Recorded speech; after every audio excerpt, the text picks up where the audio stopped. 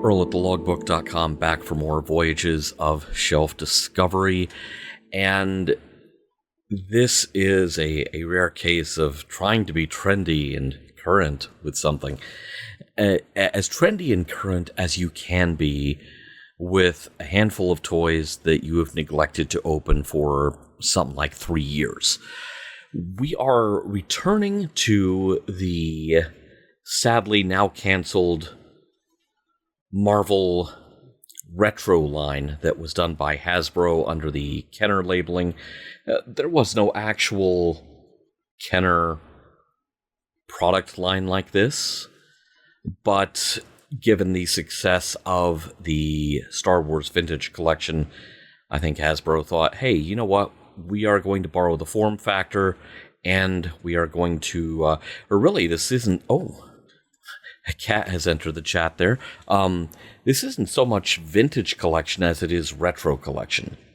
It's comparable to the Star Wars retro collection, and so it's very much the vibe they're going for. I loved this toy line because the artwork on the packaging is amazing. The characters look like they did when I first met them on paper. And that also meant that they were not having to pay a specific actor for their likeness, which means that they had the added benefit of being affordable. Now, we have opened a few of the Marvel Retro figures before. Part of the Fantastic Four team, we've got the Human Torch, we've got the Thing, we've got the Silver Surfer here, and the thought occurred to me that I still had in the grab bag, which is really more of a box than a bag, I will admit. Oh, wait, I still have unopened Fantastic Four characters in the grab bag. What if I just went and specifically fished those guys out and opened them?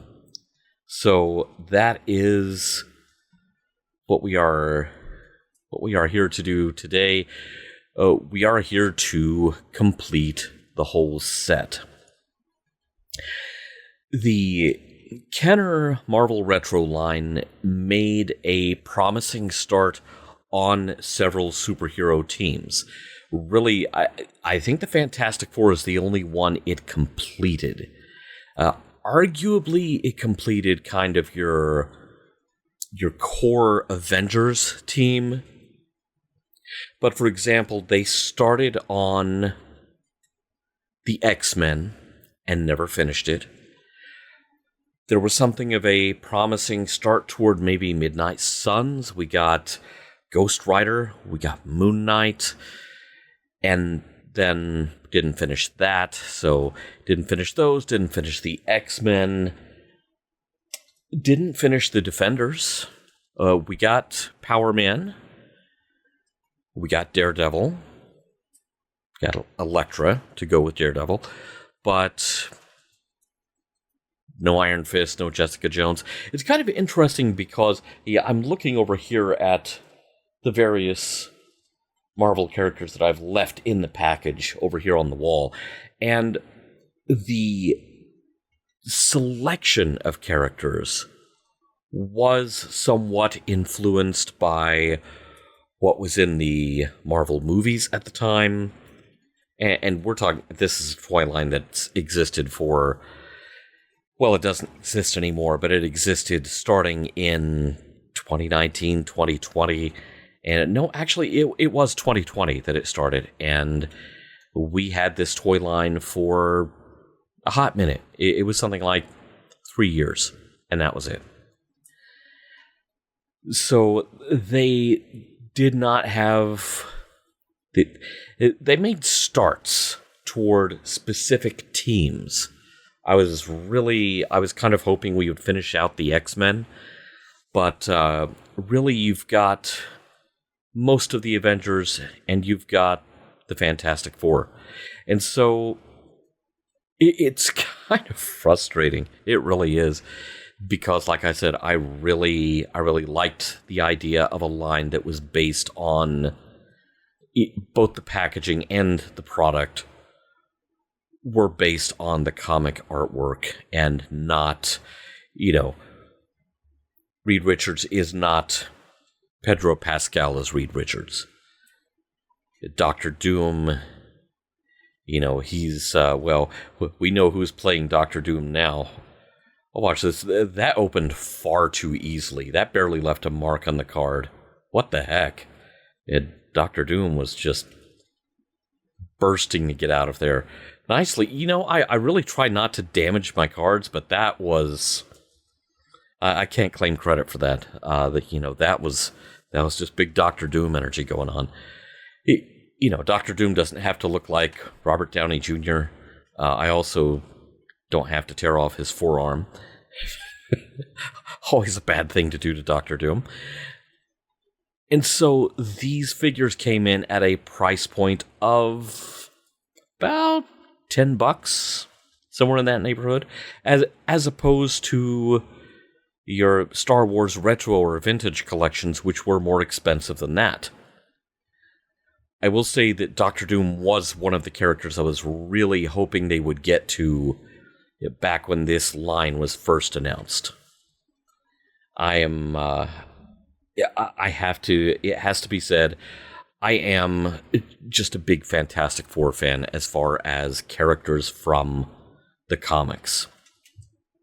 A lot of other Marvel characters and Marvel teams that I like, but I think what I always got out of the Fantastic Four was there was always a sense that this is about family, both found and otherwise. And that kind of spoke to me. If you want to scour the pages of Marvel Comics for teenage alienation, knock yourself out. Spider-Man is right there. The X-Men are not far behind. There's all sorts of alienation. And I think that was one of... by the way, the part of Galactus will be played by Narissa here.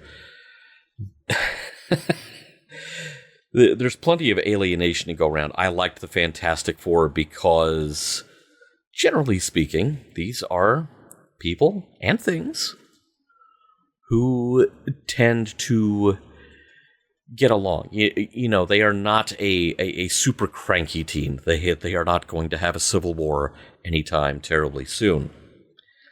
And so here we have the complete set of the Fantastic Four, as complete as it was going to get by Hasbro's Kenner Retro line standards. Really dandy figures. I mean, I could pick a couple of nits about face sculpts here, but again, these are not... They're not supposed to look like a specific actor, and they're supposed to look like the comic art. So you just kind of had to take that with a grain of salt. It is what it is. If I had had these back in the day when I was playing with action figures, I would have been over the moon to have the Fantastic Four in this form factor back then. So there we have it. The whole gang is reunited out of the package, and very nicely done. I really wish that this was a line that they would bring back, so we could finish out some more superhero team-ups. And it's just because everything from the packaging to the product, it was a marvelous little nostalgia hit that never failed to make me happy.